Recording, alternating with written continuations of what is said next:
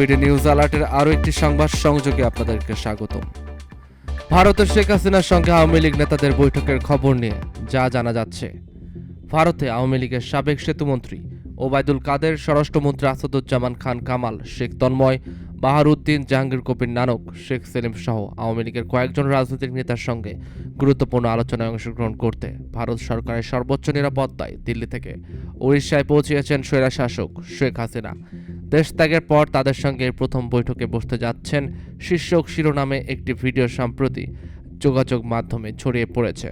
বৃহস্পতিবার 29 মে রিমোর স্ক্যানার টিমের অনুসন্ধানে জানা যায়, প্রচারিত ভিডিওটি সাম্প্রতিক সময়ে সাবেক প্রধানমন্ত্রী শেখ হাসিনার সঙ্গে বৈঠকের জন্য আওয়ামী লীগ নেতাদের ভারতের ওড়িশায় পৌঁছানোর কোনো ঘটনা নয়, বরং এটি 2024 সালে পাকিস্তানের পাঞ্জাবের মুখ্যমন্ত্রী মরিয়ম নেওয়াজের কঠোর নিরাপত্তায় মিয়া চান্নুতে পৌঁছানোর দৃশ্য।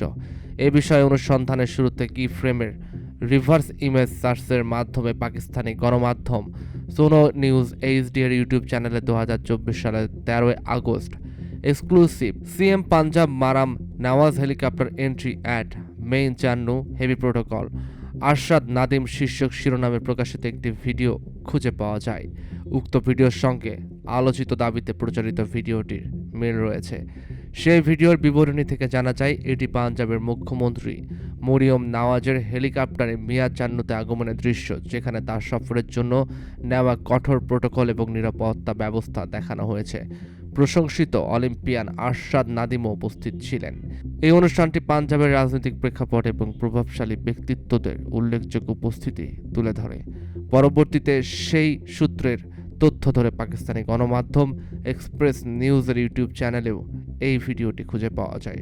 সেই ভিডিও থেকেও একই তথ্য জানা যায়, অর্থাৎ ভিডিওটি সাম্প্রতিক সময়ে ভারতে আওয়ামী লীগ নেতাদের সাক্ষাতের জন্য ভারতের ওড়িশায় পৌঁছানো নয়। সুতরাং 2024 সালে পাকিস্তানের ভিন্ন ঘটনার দৃশ্যকে সাম্প্রতিক সময়ে ভারতের শেখ হাসিনার সঙ্গে বৈঠকের জন্য আওয়ামী লীগের নেতাদের ভারতের ওড়িশায় পৌঁছানোর দৃশ্যের দাবিতে প্রচার করা হয়েছে, যা সম্পূর্ণ মিথ্যা।